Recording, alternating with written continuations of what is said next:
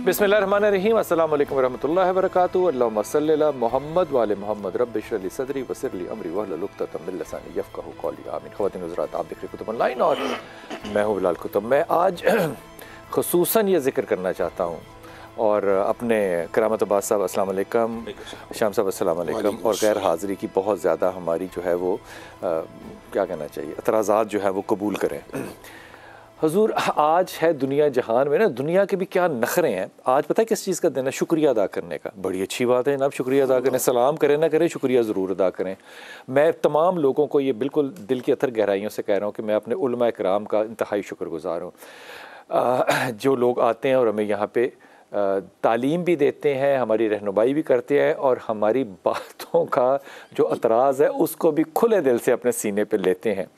मैं उन तमाम लोगों का बड़ा शुक्रगुज़ार हूँ, लेकिन मैं ख़ास तौर पे उन लोगों का शुक्रगुज़ार हूँ जो अभी आपने देखे जो लाइनों में खड़े थे और आटा ख़रीद रहे थे और 2 मौतें जो हैं इस पे हो गई हैं। अब ये बहस जो है ये करनी बिल्कुल नाजायज़ है कि ये आटा जो था वो सस्ता सरकारी रेट पे था या एड का था या किस चीज़ का था, ये इर्रेलेवेंट बात है।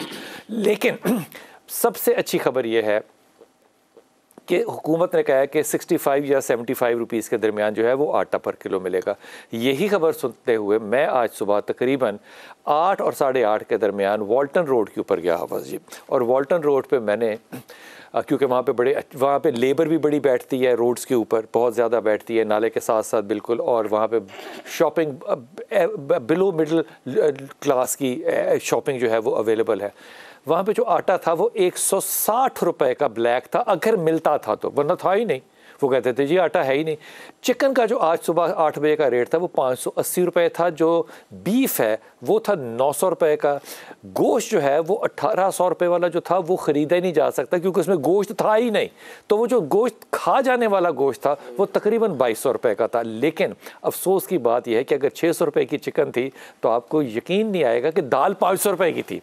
तो मैंने वहाँ बैठ के कुछ लोगों के साथ, 3 बच्चे और 2 माँ बाप अगर हों, 5 लोग हों, तो उनको खाने का अगर एक दिन का खर्चे का अंदाज़ा लगाना शुरू किया, जिसमें दाल होगी और कुछ नहीं होगा, घी होगा, रोटी होगी, आटा होगा, मिर्चें होंगी, आग होगी, जो भी लवाजमात होंगी, तो जो वेरिएबल व्यूज़ थे वो 800 रुपये से लेके 1500 रुपये तक पर डे थे। अब मैं सोच रहा था कि सबसे पहले तो इस कौम का शुक्रिया अदा करना चाहिए और खड़े होकर सलूट मार के कि ये वो कौम है माशाअल्लाह ताला, अल्लाह इसको नज़रे बद से महफूज रखे, जो 15 दिन रोटी खाएगी मिनिमम सैलरी पे, 15 दिन भूखी रहेगी लेकिन खामोश रहेगी, मर जाएगी खामोश रहेगी। लेकिन उन लोगों का भी तो शुक्रिया अदा करना है ना जिन्होंने पेट्रोल की कीमत बढ़ाई, जिन्होंने गैस बंद कर दी। गैस सवाए मेरे ख्याल में इस वक्त प्रेशर के साथ मेरे इलाके में DHA के अलावा और करीब के इलाकों में 1.5 से 2 घंटे से ज़्यादा सुबह या 1.5 से 2 घंटे से ज़्यादा शाम को नहीं आती।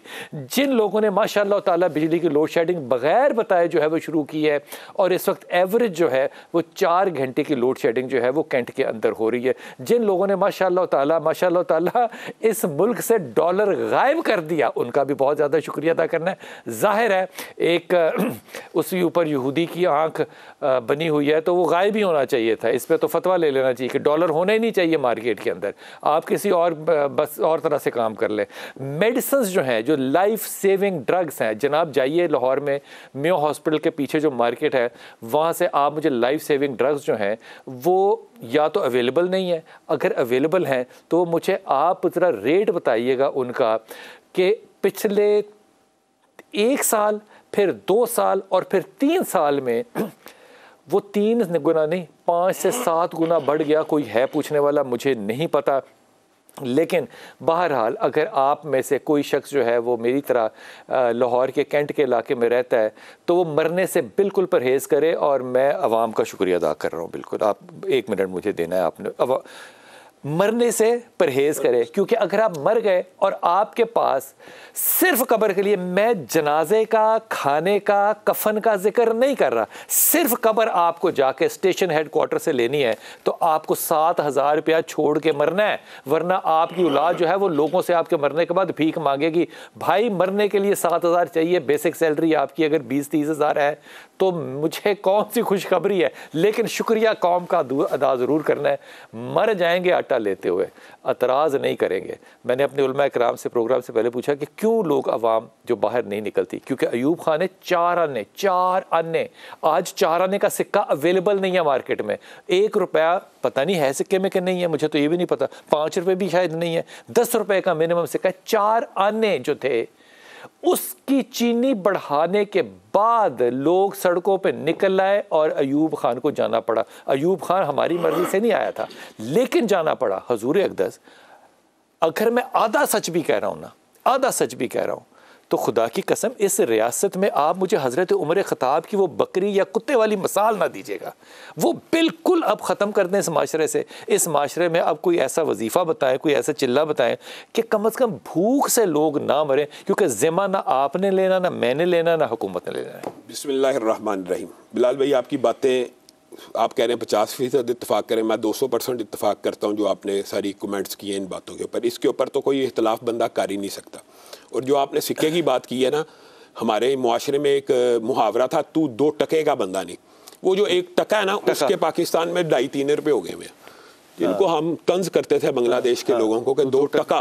वो टका आज 1 टका 2-3 रुपए से ऊपर हो गया, और हम 2 टके की मिसालें दिया करते थे। असल बात है बिलाल भाई, हुक्मरान हो गए, कमीने ये तंज नहीं है, ये रियलिटी है, ये रियलिटी, ये तो हकीकत है। और ये आपकी गुफ्तगू सारी की सारी मैं सुन रहा था, मुझे हबीब जालब याद आ रहा है। हुक्मरान हो गए, कमीने लोग, हाक में मिल गए नगीने लोग। राहजनों ने राहजनी की है, लेकिन रहबरों ने भी कुछ कमी की है। मुझे एक बात बतलाएं, हकीकत अगर देखी जाए तो आपने कहा ये 4 आने बढ़ने से तख्ता उल्ट गया, लोग क्यों नहीं खड़े होते? बिलाल भाई, ये बुनियादी तौर पे सरमायादाराना निज़ाम का अजीब चक्कर है कि रोटी के ऊपर, खाने के ऊपर इतना पाबंद। आप ये देखिए, एक गुलामाना सिस्टम है।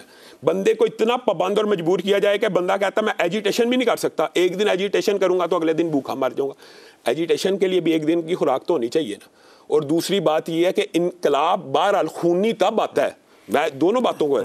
एजिटेशन के लिए खुराक होगी तो बंदा एजिटेट करता है। दूसरी बात यह है, लेकिन अगर खुराक ना हो तो क्या आता? फिर हुन्नी इनकलाब आता है, फिर हुन्नी इनकलाब आ जाता है। और हबीब जालिब इसी बात को मद्देनजर रखते हुए ये बात कहता है कि, और उस वक्त हबीब जालिब के ज़माने में हालात बहुत अच्छे थे कंपैरेटिवली।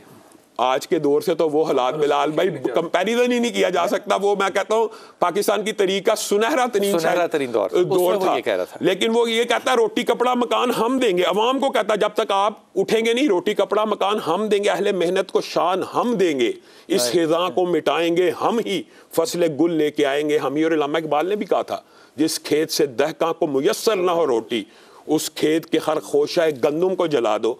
ये रोटियां और आटे अगर सिर्फ उमरा के लिए है, गुरबा का इसके ऊपर कोई हक नहीं है। और बिलाल भाई एक बात, एक एंगल ये भी आपने मद्देनजर रखना जो इस्लामी तौर पे बड़ा अहम है। एक है ज़हीरा अंदोज़ी का एंगल भी, वो भी एंगल मौजूद है।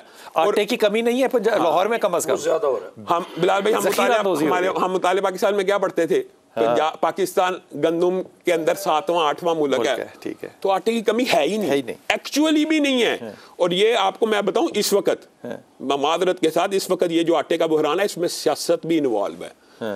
2 सूबों के ऊपर हुक्मरान है, खान साहब, वफाक के ऊपर हुक्मरान है शहबाज शरीफ साहब। इनकी बुनियादी आपस में रिफ्ट की वजह से भी ये आटे का बहरान आया हुआ है। केपीके का आटा अफगानिस्तान भेज रहे हैं। पंजाब वालों को मना किया हुआ कि, यानी पंजाब के वजीर आला ने नहीं, बलोचिस्तान के लिए मना किया था, आज शायद खोल दिया परवेज लाई ने। लेकिन कि पंजाब देखें, जब गंदम आप सबसे ज्यादा पंजाब पैदा करता है, तो बलोचिस्तान की जरूरत पंजाब नहीं पूरी करनी है ना, बड़ा भाई है।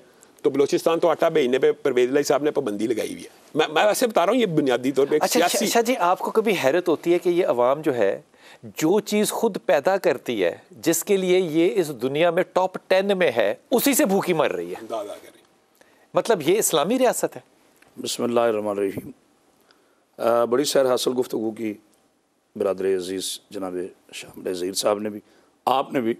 अभी शाम भाई बड़ा खूबसूरत जुमला फरमा रहे थे कि आटे की कमी नहीं है। असल बात है कि गैरत की कमी है।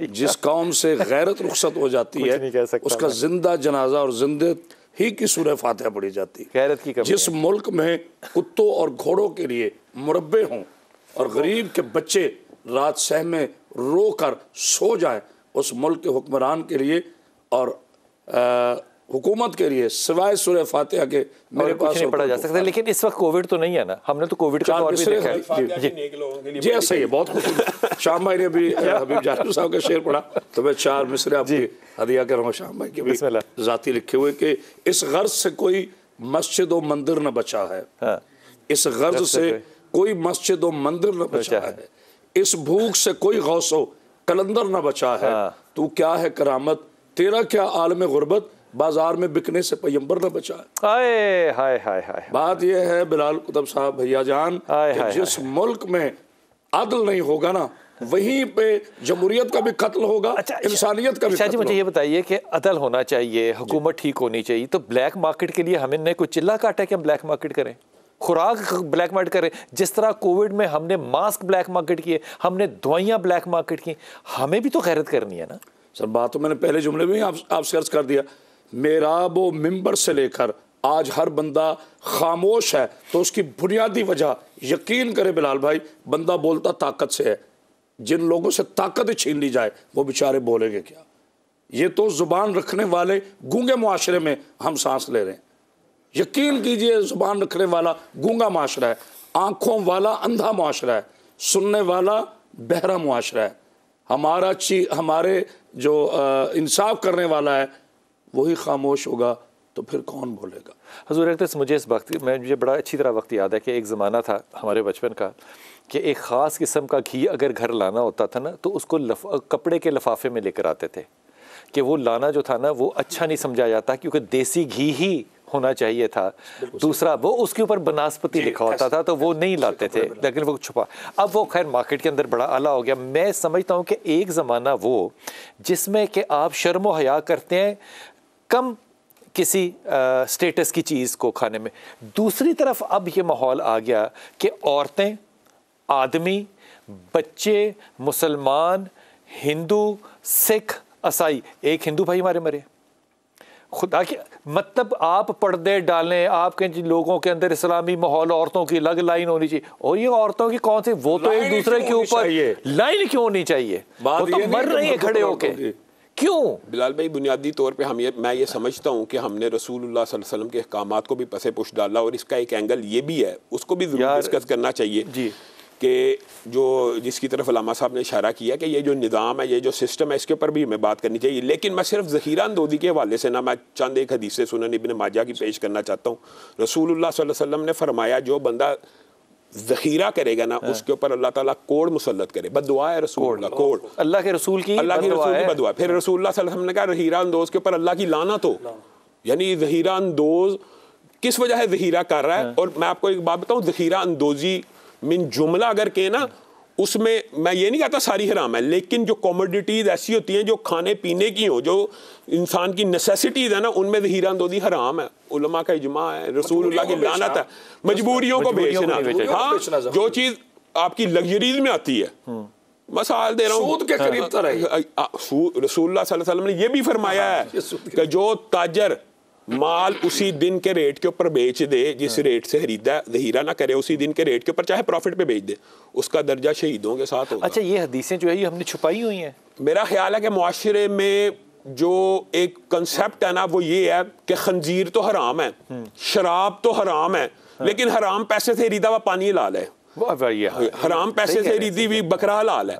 बुनियादी तौर पे ये कंसेप्ट पाया जाता है। लोगों को चक्कर देके खाना काबा के चक्कर काटते। का वो बाजार जो कि आपको थोक पे बेचता है, ज़ख़ीरा करके माल को, वो 2 बजे दुकानें खोलता है और रात को 2 बजे बंद करता है। और वो इसलिए जुमे को 2 बजे तक छुट्टी करते हैं, क्योंकि जुमे को वो कहते हैं जनाब नमाज के दरमियान दुकान नहीं खोलनी है, बरकत आ जाएगी, बरकत आ जाएगी हराम के माल में। तो लेकिन हाफिज़ जी, बरकत आ भी तो रही है ना, उनके माल में तो आ रही है ना बरकत। ये तो अवाम मर रही है ना, वो कहाँ गरीब हो रहे हैं? उन्होंने अभी आपने कहा कि हज़रत उमर की मिसाल नहीं देनी ना वो वाली, लेकिन एक मिसाल ये भी तो देनी है ना। हज़रत उमर ने गवर्नर को, ये रवायत भी मिलती है, एक गवर्नर को भेजा, कहा अगर कोई चोरी करेगा तो क्या करेगा? कहा हाथ काट दूंगा। कहा फिर उमर का फरमान सुन ले, अगर मुझे पता लगा कोई बंदा रोटी चोरी करते हुए पकड़ा गया, मैं तेरे हाथ काट दूंगा। बताएं, इसका मतलब है इस्लामी एक सिस्टम को भी तो हमें डिस्कस करना चाहिए कि जिसने सबसे पहले इस चीज को उजागर किया कि रियासत के अंदर कोई भूखा नहीं सो सकता। ये इस्लामी सिस्टम है। अगर रियासत के अंदर कोई भूखा नहीं सो सकता तो ये पूछने की मुझे इजाज़त दी जाए, और तमाम उलमा किराम से, मैं तो ये नहीं तो से पूछ सकता कि हुजूर अक़दस अगर रियासत के अंदर लोग भूखे हों तो क्या फिर उन पे चोरी जो है उनका कोई फतवा लगना चाहिए, क्या उनके हाथ काटने चाहिए, फिर क्या चोरी जायज़ नहीं होगी उनके लिए? हुजूर जनाब अली अलैहिस्सलाम का एक शाद पाक है ना, आपने फरमाया कि जिस माशरे में, जिस रियासत में कोई चोरी करे उसके नहीं, उसके आदिल के हाथ काट दो जिसकी वजह से वो मजबूर होकर चोरी करने पे मजबूर हुआ। बात यह है लाल भाई कि गोरों से, यार कौन से इस्लाम की बातें कर रहे हैं आप दोनों मिलकर? लाल भाई वैसे ये बुनियादी तौर पे एक ज़िमनी इलामा से, एक मिनट, ज़िमनी तौर पे जो सवाल है सिर्फ उसका मैं जवाब देना चाहता हूँ। जो रोटी की चोरी है ना वो हाथ काटने के मिकदार में नहीं आती, और रोटी की चोरी के ऊपर हज़रत उमर ने अपनी ज़िंदगी में भी कहत में पाबंदी उठा दी थी। इसका मतलब है कि इस्लामी रियासत की जिम्मेदारी है कोई बंदा रोटी चोरी न करे। अली की मान रहे हैं ना, खिताब की मान रहे हैं। भाई हम कौन से मुसलमान हैं यार? असल बात है हमें ये चीज़ डिस्कस करनी चाहिए। हमने पाकिस्तान किस बुनियाद पे बनाया था? बुनियाद तो इस्लाम थी ना, तो हमने इस्लामी सिस्टम अपनाया। हमने तो इस्लामी निज़ाम की तरफ एक कदम नहीं बढ़ाया। हमारे आर्टिकल 2 में लिखा हुआ है कि हम इस्लाम की तरफ बढ़ते चले जाएंगे, हम कुरान और सुन्नत को आम करेंगे, हम इस्लामी निज़ाम को आम करेंगे। ये इस्लामी सिस्टम है? बताएं, हमने जिस नाम के ऊपर वतन दिया हमने तो उससे गद्दारी की है। हमने उस सिस्टम, हमने जिस यार कमाल है, खुदा की कसम, हाफिज जी की बात, हमने लिया है इस्लाम के नाम पे, और लेने वाला कौन है? पैंट शर्ट बुशर्ट और कोट और टाई और जिना कैप पहनने वाला एक आदमी। ठीक, उन्होंने क्या कहा था? पाकिस्तान का दस्तूर क्या होगा? कुरान। एक जुमला कह दूं, गोरों से आज़ादी दिलाने वाला वज़ीर आज़म तो चला गया, अल्लाह करे कुछ चोरों से आज़ादी दिलाने वाला वज़ीर आज़म मुल्क ना करे। खुदा की कसम, ये हमारे मुआशरे का नहीं है। मैं आपको एक बात बताऊं, हाकिम कैसे चोर हो सकता है यार? हाकिम, अच्छा तोशाखाने में चोरी नहीं हुई? किसने? हमारे साथ का जो हुक्मरान, किसने नहीं की? मुझे एक बात बताएं, आप ये बताएं कि जब से ये तोशाखाना का जो तोहफा वो चोरी करना जायज़ है? यार मेरे खुदा की कसम, पाँव जो है ना ये सुन्न हो गए हैं, अल्लाह की कसम। सर ये हक़ाइक़ है। तोशाखाना जो है ना ये कौम की अमानत है। ठीक, अगर कौम की अमानत चोरी हो रही है तो बैतुल माल बनाना है आप लोगों ने। जाहिल लोग आप हैं, तो बैतुल माल कैसे बनेगा इस मुल्क का? जिस बैतुल माल से अबू बकर उमर एक खुशबू या घी नहीं ले सकते, उस बैतुल माल तोशाखाना दे सारे हुक्मरान तोहफे कीमती चोरी कर। ये सब बातें जो है ना, यकीन करें, ये आपको ये मुझे अगली दफा आएंगे ना ब्रेक के बाद, तो ये मुझे पता है कौन सी बात सुनाएंगे। ये मुझे बात पता है कि जनाब कमाल बात है, वो हलवा खाना था तो वो पैसे जोड़ते रहे, तो हजरत उमर अबू बकर सिद्दीक ने वो पैसे भी कम कर दिए। अरे मसाले आप कौन सी सुना रहे हैं और बातें आप कर रहे हैं? कौम का माल चोरी करने वाले सारे हुक्मरान शामिल हैं। मैं तो नहीं जुमला पूरा कर सकता, मैं करता हूँ, सारे शामिल हैं। और तौफीक भट्ट साहब हमारे साथ होंगे इंशाअल्लाह। बिस्मिल्लाहिर्रहमानिर्रहीम। भट्ट साहब अस्सलाम वालेकुम। भट्ट साहब मैं 2-3 आपसे पहले बातें कर दूँ, यही आपके पास सवाल है। मैं पिछले को 25-30 साल से ना, मैं ये पानी की बोतलें बचती हैं ना, मैं ये ले जाता हूँ, मैं लोगों को, पुलिस वाले को देता हूँ, मैं बच्चों को देता हूँ, बड़े खुश होते हैं। मेरे दोस्त बन चुके हैं बच्चे जो है ना, वो सड़कों पे खड़े होते हैं कि पानी की बोतल हमें मिल रही है, उसके लिए वो जमगट्टे लगाते हैं। खाना देने निकल जाओ, यकीन करें कि दूसरे दिन आपसे मिलेंगे ना वो बच्चे, तो उनकी आंखों में वो ख्वाहिश होगी कि आज ये खाना क्यों नहीं लेकर आया। लेकिन मैंने एक दिन ऐसा नहीं देखा कि जिसमें झपट ना रहे हों, यानी कि ज़रूरत कितनी ज़्यादा है और देना कितना कम है। ये जो लोग 2 मरे हैं, इनमें से एक हिंदू है और एक खातून है, एक के 6 बच्चे हैं, 6 बेटियां और 2 बेटे हैं। इनकी जो वाली वारस होगी वो हुकूमत वक्त होगी या फिर आखिरत का इंतज़ार करें हम? अब बिस्मिल्लाहिर्रहमानिर्रहीम, 100% हुकूमत वक्त होगी। और आप देखिए कि अभी ये लोग, इन पे ये एक वाक़या हुआ और इस वाक़ये ने आप जैसे जो साहिबाने दिल हैं, यहाँ पे तशरीफ़ रखते हैं, उनके दिलों पे इतना असर किया और आप इस पे अभी प्रोग्राम कर रहे हैं। कल मैंने भी जब उसको देखा तो 2 घंटे के लिए बिल्कुल मैं उस पे बहुत ही बेचैन हुआ और मैंने अपने बेटे को बुलाया। तो मैंने उसको कहा, मैंने कहा बेटे उसकी शादी है और एक दिन पहले जो है वो अताउल ईसा खिलवी हमारे घर आए हुए थे, तो उन्होंने परफॉर्म किया। तो उस पे बेशुमार लोगों ने, जब वो क्या उसको वेले देते हैं या जो भी पैसे वैसे उस पे करते हैं, तो वो मैंने बाद में उनके पता किया तो उन्होंने लाखों रुपए में बताया कि हमें इतने पैसे। तो मैं अपने बेटे को पास बिठा के मैं वो दिखा रहा था और मैं कह रहा था कि बेटे एक तरफ हम ये करते हैं और दूसरी तरफ जो है वो आप देखें कि ये क्या हो रहा है। तो इसकी नोट जो है वो ज़मीनों से उठाए जा रहे हैं और इसकी जो पकड़ है ना, हम तो इसकी जिम्मेदारी हुक्मरानों पे डालते हैं, डालनी भी चाहिए, ये उनके फ़राइज़ हैं, लेकिन बहैसियत इंसान, बहैसियत मुसलमान, ये हमारा भी फ़र्ज़ है।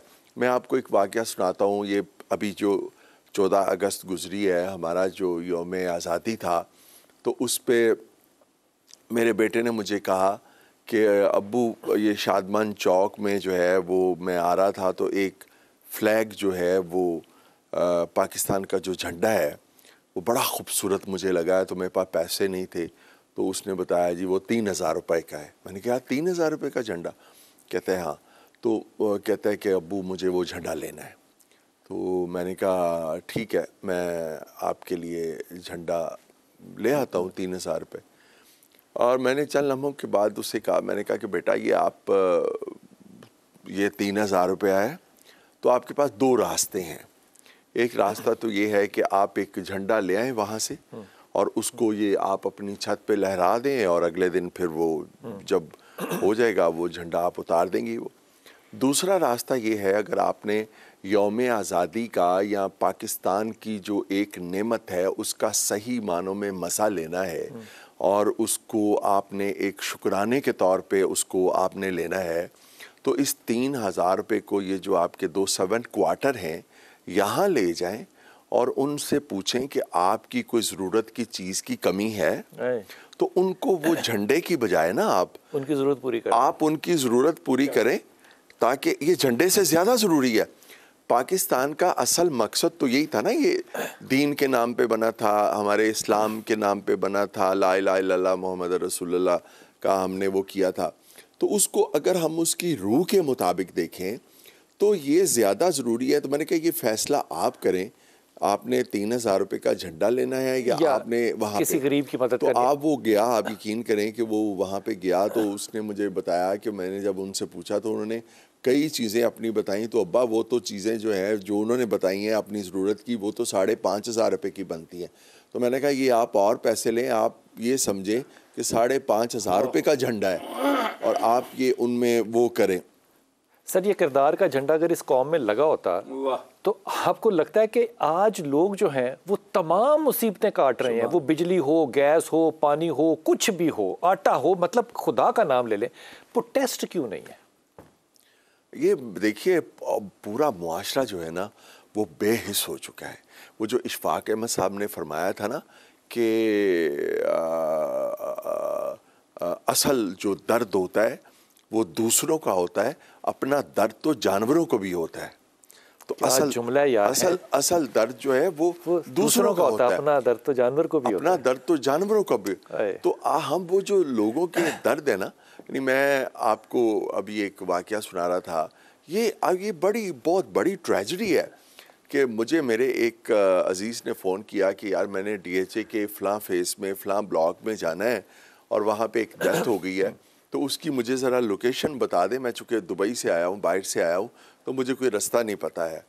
तो मैंने जब लोकेशन समझने के लिए, उसी ब्लॉक में मेरा एक स्टूडेंट रहता था, मैंने जब उसको कॉल की कि यार ये घर का नंबर है और यहाँ पे ये डेड बॉडी आनी है, डेथ हुई है, तो आप ज़रा मुझे बता दें कि ये घर किस लोकेशन में आएगा।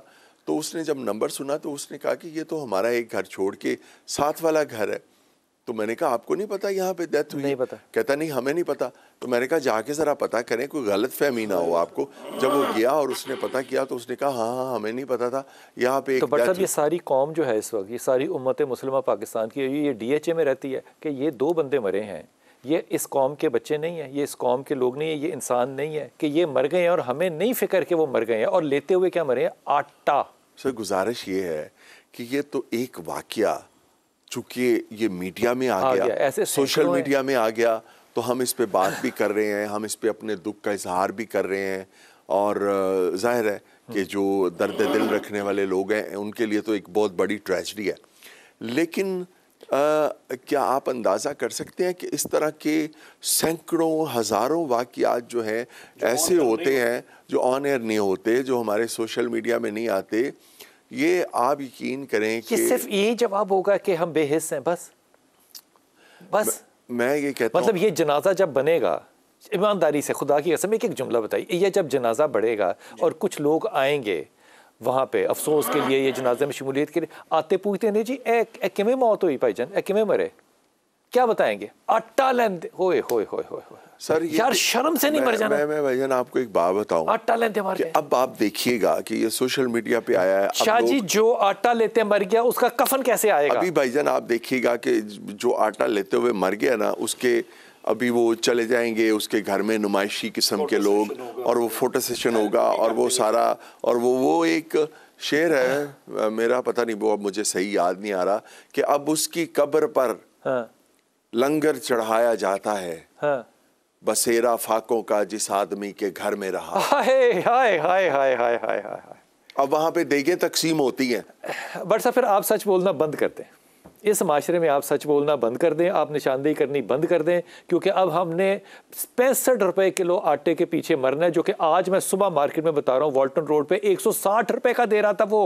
सर सच बोलना तो हमने बंद कर दिया हुआ है, अगर सच बोलना हमने बंद ना किया होता तो आज ये हालत ना होती हमारे यार क्या इसमें यार क्या बात की है, अगर हमने सच बोलना बंद ना किया होता तो आज ये हालत यहाँ मैं मतलब भाई एक जुमले का क्या जुमला बोला आपने? भट्ट साहब की बात है, क्या सच बोलना बंद हुआ गर्ज की दुकानों की वजह से, गर्ज की वजह से, गर्ज की वजह से, पेट परस्ती की वजह से, खुद पसंदी की वजह से, अना पसंदी की वजह से, और जहनी गुलामी की वजह। क्यों बिलाल भाई, मैं इसको एक और एंगल भी देना चाहता हूँ। हम सब मखलूक है ना, हम एक दुनिया का कोई एथियस्ट भी हो वो अपने मखलूक होने का इनकार तो ना करता। हम मखलूक हैं, सब मखलूक हैं, तो मखलूक का एक खालक है ना, खालक ने भी कोई सिस्टम दिया हुआ मखलूक को, के नहीं दिया, खालक ने भी एक सिस्टम दे के भेजा था ना। पाकिस्तान जैसे भट्ट साहब ने कहा इसी कलमे की बुनियाद के ऊपर हासिल किया था ना। पाकिस्तान हकीकत में रोडें बननी चाहिए, लेकिन रोडें बनाने के लिए पुल बनने चाहिए, पुल बनाने के लिए अस्पताल बनने चाहिए, अस्पताल बनाने के लिए नहीं था। पाकिस्तान को हकीकत में हमने हासिल किया था अल्लाह से एक वादा करके, निज़ाम के लिए, एक सिस्टम के लिए, एक निज़ाम के लिए। मखलूक के लिए सबसे बेहतर निज़ाम वो है जो खालक दे कि इंसानी अकल। मुझे एक बात बताएं, जो इंसानी अकल सिस्टम बनाती है उसमें तो गलती का इम्कान हो सकता है, जो खालक सिस्टम बनाता है उसमें गलती का इम्कान हो सकता है? कभी नहीं हो सकता। 75 बरस हो गए हैं ना, सरमायादाराना निज़ाम, चलो सोशलिज्म कम्युनिज्म को मिला मिलू के हर सिस्टम आपने चलाने की कोशिश कर ली, अगर ये सिस्टम ठीक नहीं हुआ तो आ जाइए, रिविजिट कीजिए, रिवाइव कीजिए। मेरे दिमाग में जुमला आ गया, मुझे इस पे ना सिर्फ आपने एक लफ्ज़ देना है, जो बैतुल माल है इस्लामी निज़ाम में, इसका आज के ज़माने में मुतबादिल लफ्ज़ क्या है इस मुल्क के अंदर? इस मुल्क में भी उन्होंने नाम बैतुल माल रखा हुआ है, लेकिन तोशाखाना भी। जब बैतुल माल में चोरी है तो फिर आप जैसे लोग या इन जैसे लोग इस माशरे में ना इररेलेवेंट है। लेकिन बिलाल भाई हकीकत यही है, वही दीरीना बीमारी, वही नामुहकमी दिल की, इलाज इसका वही आबे निशात अंगेज़। साकी इलाज भी तो निकालना है ना। मुझे एक बात बताएं, इलाज आज सोचेंगे, ये मैं आपको गारंटी से कहता हूँ, मैं एक दीन का एक अदना तालिब इल्म, मैं कोई बहुत लामा फामा नहीं हूँ। लोग कहते रहे, मैं समझता नहीं खुद को। दूसरी बात ये है, मैं ये कहता हूँ, मैं गारंटी से ऑन एयर कह रहा हूँ कि आपने हर सिस्टम आजमा लिया, आपसे मईशत भी नहीं समझ रही, आपसे नहीं, आप हमें सिर्फ मईशत हमारे सपुर्द कर दें इस्लाम के तालिब इल्मों के। 3 साल के अंदर अगर हम रिजल्ट ना दें तो हमें पकड़ लें, हमें सजा दे। फिर गारंटी ना कह रहा है जैसी देता तो फिर सानू कहना बिलाल भाई, प्रॉब्लम यही है, मुआशरे की सबसे बड़ी प्रॉब्लम क्या है? एक बात, आप इकोनॉमिकली फिट हो गए तो आप डेंजर जोन है। हाँ, अब मैं आपको एक बात बताऊं, हकीकत में इस्लामी सिस्टम का ये एक अजीब असूल है कि ये जब भी आएगा सेम रिजल्ट। मुझे पता मुतद्दा जो मजलिस हुकूमत रही थी उन्होंने क्या किया? मुझे एक बात बताएं, सेम रिजल्ट रहेगा, निकला था रिजल्ट सेम है। मुझे एक बात है, H2O जब भी मिलेंगे पानी, क्या निकाला था? जब भी दो हाइड्रोजन आइटम मिलेंगे, ऑक्सीजन मिलेगी, H2O वाटर ही बनेगा। इसलिए जब भी इस्लामी सिस्टम आएगा, अमन आया था, उसने क्या किया? चले मैं इसकी एक मिसाल पेश करता हूँ। इस्लामी तारीख उठा ले, मुसलमान हाकिमों के ऊपर, मुसलमान रियासतों के ऊपर जुल्म के, जबर के इल्जामात लगे। कभी किसी मुस्लिम रियासत के ऊपर गुर्बत का भी इल्जाम लगा? नहीं। बताए। इसका मतलब है इस्लाम नहीं लगा। यही तो लेकिन इस्लाम अमन का मैं अच्छा चले इसकी मिसाल मैं एक और एंगल से देता हूँ। मैं मौजूदा सिस्टम की मिसाल देता हूँ। केपी की बात में करते मौजूदा दौर में खलीज रियासतों को देख ले, इन्होंने क्या किया, इनके पास कौन सा फार्मूला, इन्होंने सिर्फ हदूदुल्लाह का क़याम किया। बिलाल भाई कुरान की आयत भी तो है ना कि फिर अल्लाह आसमान से भी बरकतें नाजिल करता है, जमीन से भी बरकतें उठाता है। एक जुमला मुझे एडिशन करने दीजिए। देखिए दो निज़ाम आप सही कर लें, बिल्कुल सही कह रहे हैं बिला शाम भाई, मैं 100% मुतफिक हूँ कि जब निज़ाम इलाही आ जाएगा ना तो फिर निज़ाम दो दिखा।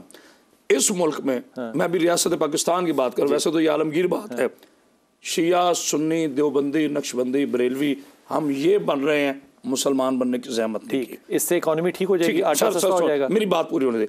उसके बाद हमने पीटीआई, नून लीग, पीपल्स पार्टी बन रहे हैं, पाकिस्तानी नहीं। मतलब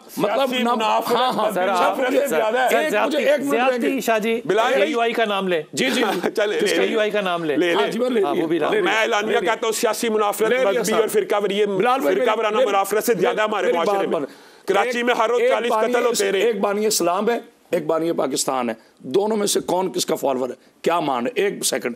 दूसरी बात बड़ी माजत के साथ हाथ उठा के नहीं, हाथ जोड़कर कह रहा हूं कि जब पूछने वाला खुद चोर होगा तो पूछा किससे जाए। भट्ट साहब आखिरी लम्हे जी। मैं अभी आपको एक मुझे बात याद आ रही कि प्राइम मिनिस्टर को मैंने मैसेज किया, एक उनका रिप्लाई नहीं आया, फिर मैसेज किया रिप्लाई नहीं आया। मैं उनकी एक तकरीर सुन रहा था जिसमें बार बार वो गरीब कह रहे थे, ये जो गरीब लोग हैं, ये जो गरीब लोग हैं, ये जो गरीब लोग हैं। तो मैंने इमरान खान तब प्राइम मिनिस्टर, अच्छा तो इमरान खान साहब प्राइम मिनिस्टर थे, तो मैं देखा वो ऑनलाइन है, तो मैंने कॉल की 2-3 दफ़ा, उन्होंने कॉल नहीं उठाई और मेरे दिल में इतनी बेचैनी थी, मैंने ज़्यादा दफ़ा कॉल की तो मुझे वो कहते हैं क्या हो गया यार, क्या मसला है, कोई काम है, बताओ मुझे क्या मसला है।